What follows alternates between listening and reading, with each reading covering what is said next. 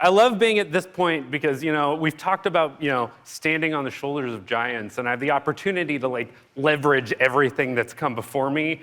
I feel like Rob's talk perfectly prefaced what I'm going to tell you guys today. So I promise you we didn't get together and talk about this, but half the stuff I'm going to be talking about is about the cool stuff that we're doing to make sure that we're forward thinking about what we're doing within the operations space.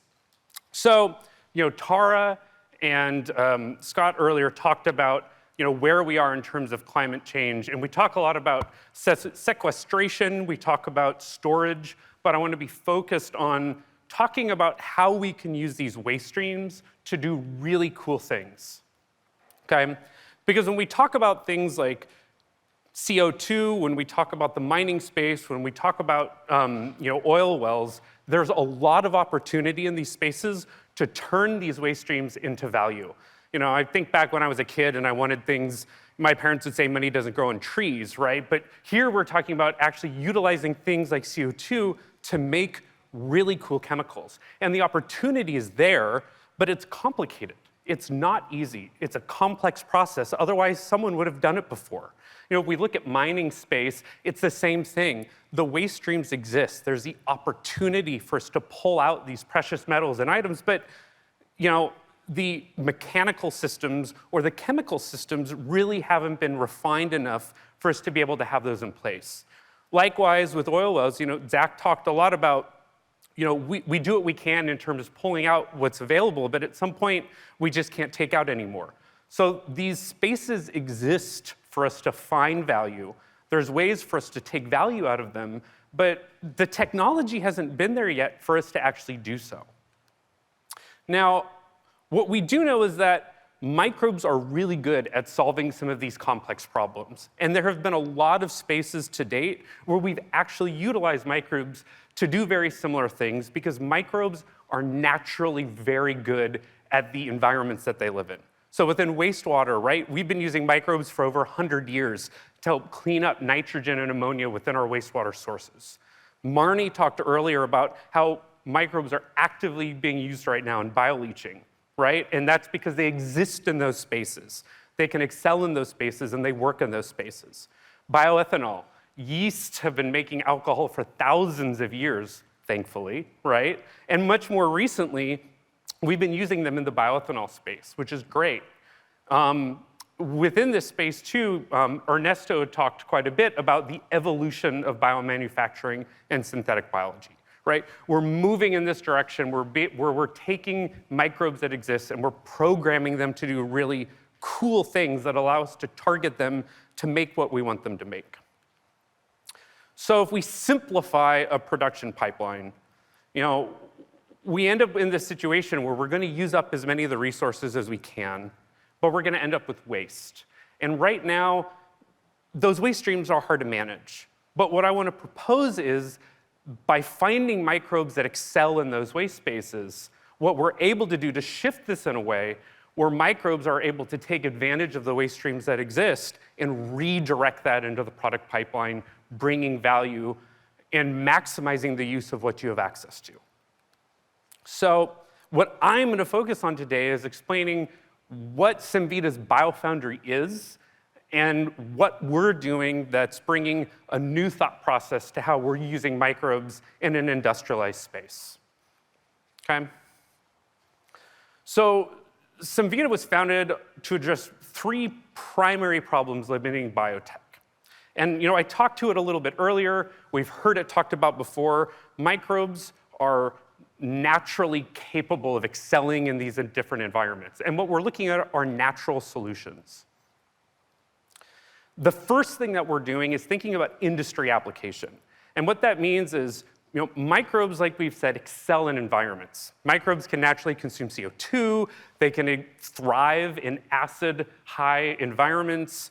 They live in oceans. They've been predisposed to work really, really well in these spaces. And one of the things that we're doing is building out a repository of microbes that naturally exist and excel and have the capability to produce different things that we want. And what that allows us to do is start with a solution that excels in a specific industry, right? We're not going to build it from scratch, but we're going to take something that nature has created, and we're going to make use of it in a space that makes sense. As Ernesto talked to earlier on, the next step of that is pushing these microbes in the right direction, right? We know that they have the capability to do something, but we can build on this. And this is about speed. If I was to take yeast and I was to try to engineer it to consume CO2 and make a chemical, that could take years, right? But by starting with something that's naturally good at it and then innovating on top and optimizing it, we can actually reduce that pipeline to get a product out the door quicker and faster, okay? Finally,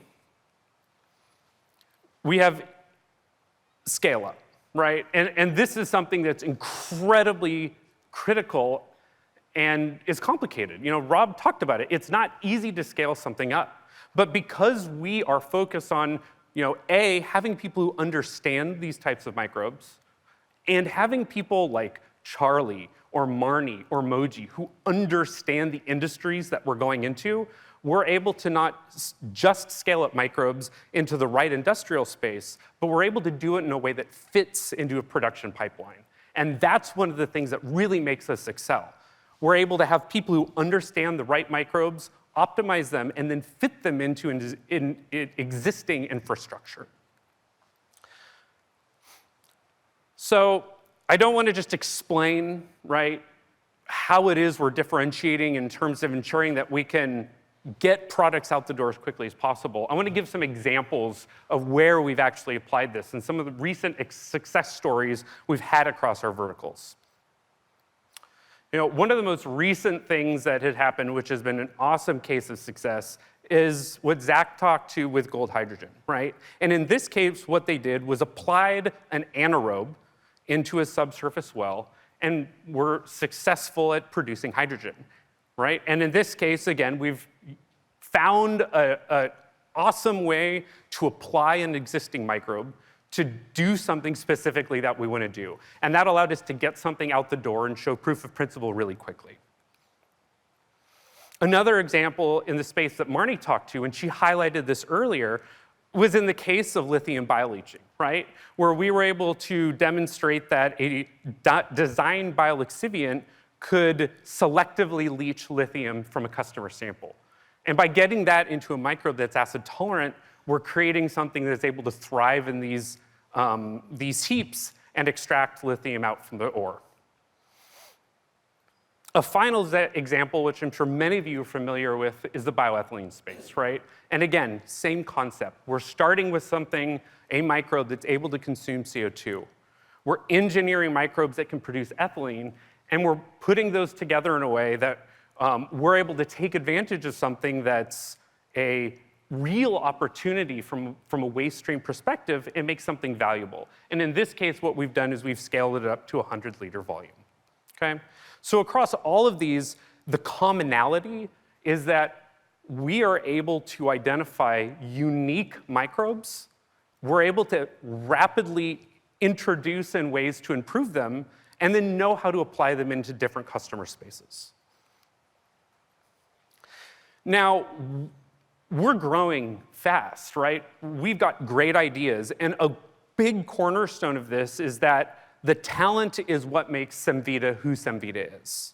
And so part of what we've done is introduce this concept of matrix teams, where we can identify empowered people to own projects and identify the talent that they need to be a part of their team to get products out the door as quickly as possible.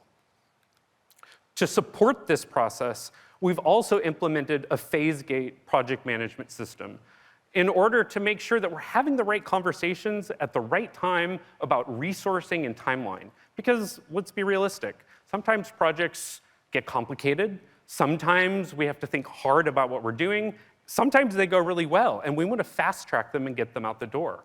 And by creating systems where we're constantly talking among each other, what we're able to do is identify where our resources need to be at the right time and at the right place to make sure that we're prioritizing the projects that make sense.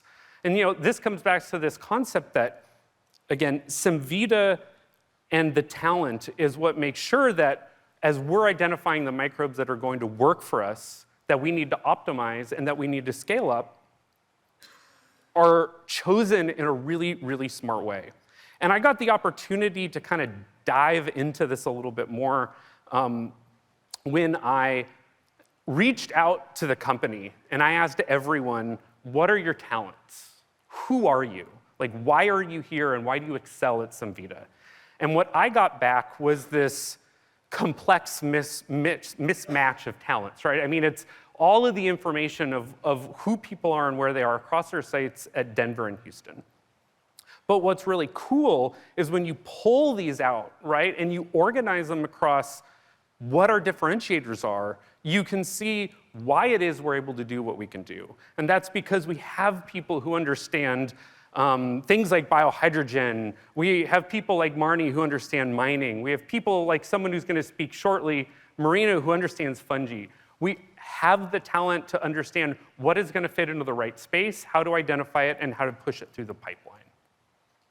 So with that, I want to step back and hand it off to the experts who are going to give you a deep dive into each of their talents as we move through these differentiators. Because these are going to be the people who can explain to you the cool stuff that they're working on and the knowledge that they have that allow us to be able to quickly identify really smart solutions in order to turn these waste streams into profit. Thank you.